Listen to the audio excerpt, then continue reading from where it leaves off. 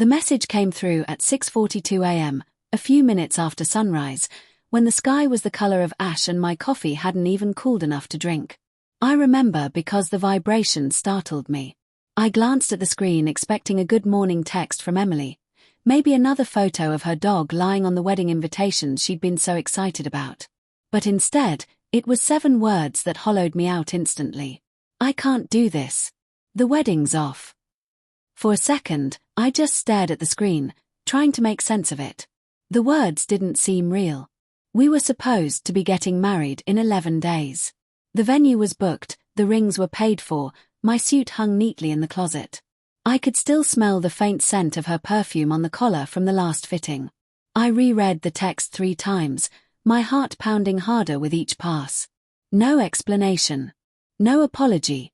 Just finality. My phone buzzed again before I could type a response. Please don't call. It's better this way. Something in me went cold. I didn't reply right away. Instead, I stared out the kitchen window, watching the early light spill over the fence. My reflection in the glass looked pale, almost ghostly, like I was watching someone else's life fall apart. I typed one message, deleted it. Typed another, deleted that too. Finally, I sent 3 words that felt like they belonged to someone far more composed than I was. My condolences, Emily. Then I hit forward and sent her entire message thread to one person, her maid of honor, Claire. Because I already knew. The signs had been there for weeks, quiet but insistent. Late-night calls she'd step outside to take. Cancelled plans with vague excuses. A certain distance in her tone when she said she loved me, like the words had lost their shape.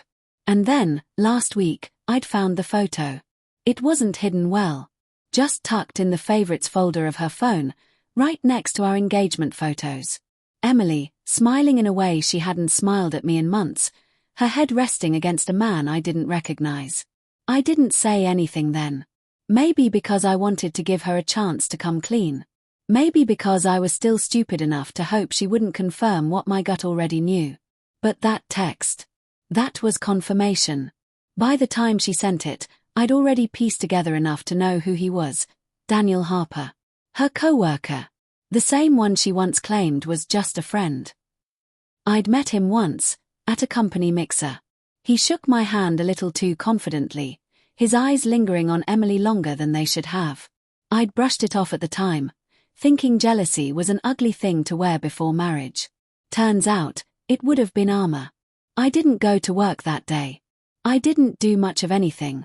I just sat in the kitchen, the coffee cold beside me, and tried to feel something other than numb. Around noon, Claire called. Ethan. I saw the text, she said quietly. Yeah, I replied. Guess I'm single again. She hesitated. I didn't know, I swear. But she's been different lately. I thought it was just stress. Was it him? I asked. A pause.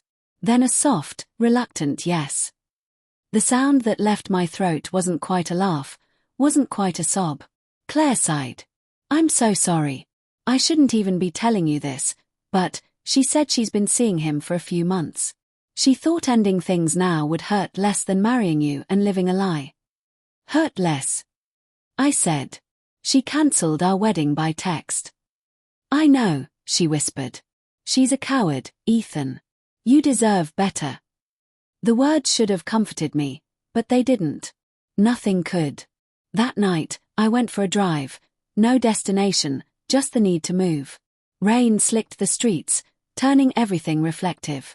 Every stoplight glared back at me in red, every passing couple on the sidewalk looked like ghosts from the life I'd lost. When I got home, I opened a box in the closet labeled wedding stuff. Inside were pieces of a future that now meant nothing. The ring box, the seating chart, the vows I'd written but never spoken. I should have thrown it all away. Instead, I opened the vow book. The first line read, "You taught me what it means to choose someone every day." I tore the page out and threw it in the trash. Over the next few days, word spread. Her family called, confused. My parents wanted explanations. I told them all the same thing. She changed her mind. I didn't mention Daniel. It wasn't worth the drama. But Claire reached out again a week later. "You might want to check Emily's socials," she said quietly. I did.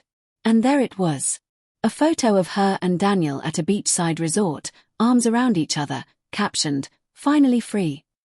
The wedding day that wasn't. She was celebrating it with him. That night, I deleted her number. Blocked her everywhere.